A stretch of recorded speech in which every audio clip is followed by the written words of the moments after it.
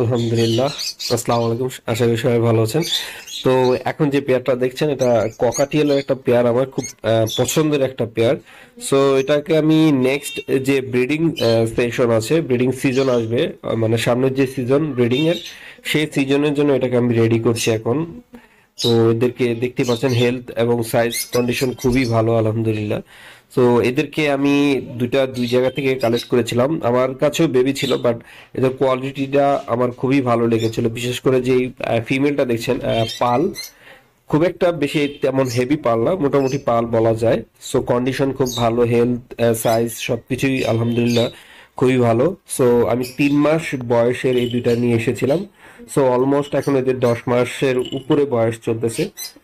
তো দীর্ঘদিন ধরেই আমার কাছে আছে, এবং এদেরকে আমি প্রতিদিন সফট ফুড অথবা ছোলা এবং ভালো ফ্রুটস খাবার হ্যাবিট আছে এদের, কিন্তু খুব অভ্যেস হয়ে গেছে এখন ফ্রুটস খাবার, যেমন আপেল, তারপর হচ্ছে আপনাদের পেয়ারা, ডালিম, আনার যেটাকে বলি আমরা, এই ফলগুলো খুব ভালো খায় এই পাখিটা। এবং শাকসবজি এবং যে কোনো ধরনের সফট ফুড শাকসবজি আপনি দিবেন, এটার সাথে সাথে খায়। আমার অনেক ভিডিওতে দেখবেন যে আমি নতুন যে ভিডিওগুলো ছিল সফট ফুড শাকসবজি ফলমূল নিয়ে, এই পাখিগুলোকে দেখবেন যে খুব সুন্দর সফট ফুড শাকসবজি এগুলো খেয়ে থাকে। সো এদেরকে তৈরি করা হচ্ছে। সো এগুলোকে নেক্সট নভেম্বরের থেকে যে ব্রিডিং সিজন শুরু হবে, তখন এগুলোকে আমি ফার্স্ট টাইম ব্রিডে দেবো।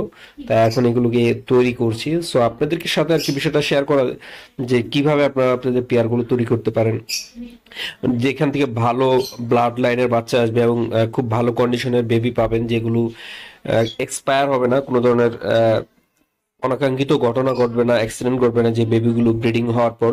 সো এই জন্যই আপনারা সবসময় একটা কাজ করবেন, মেল ফিমেল আলাদা আলাদা কালেক্ট করবেন, অথবা বেবি আলাদা আলাদা কালেক্ট করবেন। এইভাবে এনে যখন আপনারা পেয়ার করবেন, নিজেদের বাসায় রেখে নিজেদের পরিবেশের সাথে মানিয়ে যখন এরা ব্রিডিং এ আসবে, তখন দেখবেন যে এইসব পাখি যদি 5টা ডিম দেয়, দেখবেন 5টাই বাচ্চা করবে, 6টা ডিম দিলে 6টাই ডিম বাচ্চা করবে, এবং কন্ডিশনও খুব ভালো থাকবে, বেবি হেলথ ভালো হবে, কোয়ালিটি ভালো হবে, ব্লাড লাইন ভালো আসবে, এবং কালার সাইজ মাশাআল্লাহ ভালো আসবে।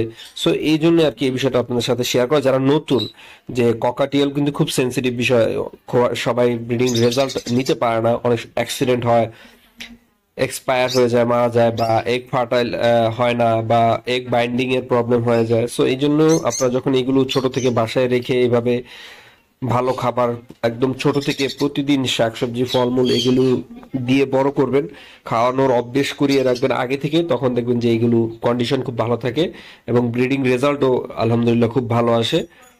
তো দেখতেই পাচ্ছেন এগুলো কালার এবং সাইজ সবকিছুই মাশাআল্লাহ খুবই ভালো। তো এই জন্য আজকে এই ভিডিওটা আপনাদের সাথে শেয়ার করা।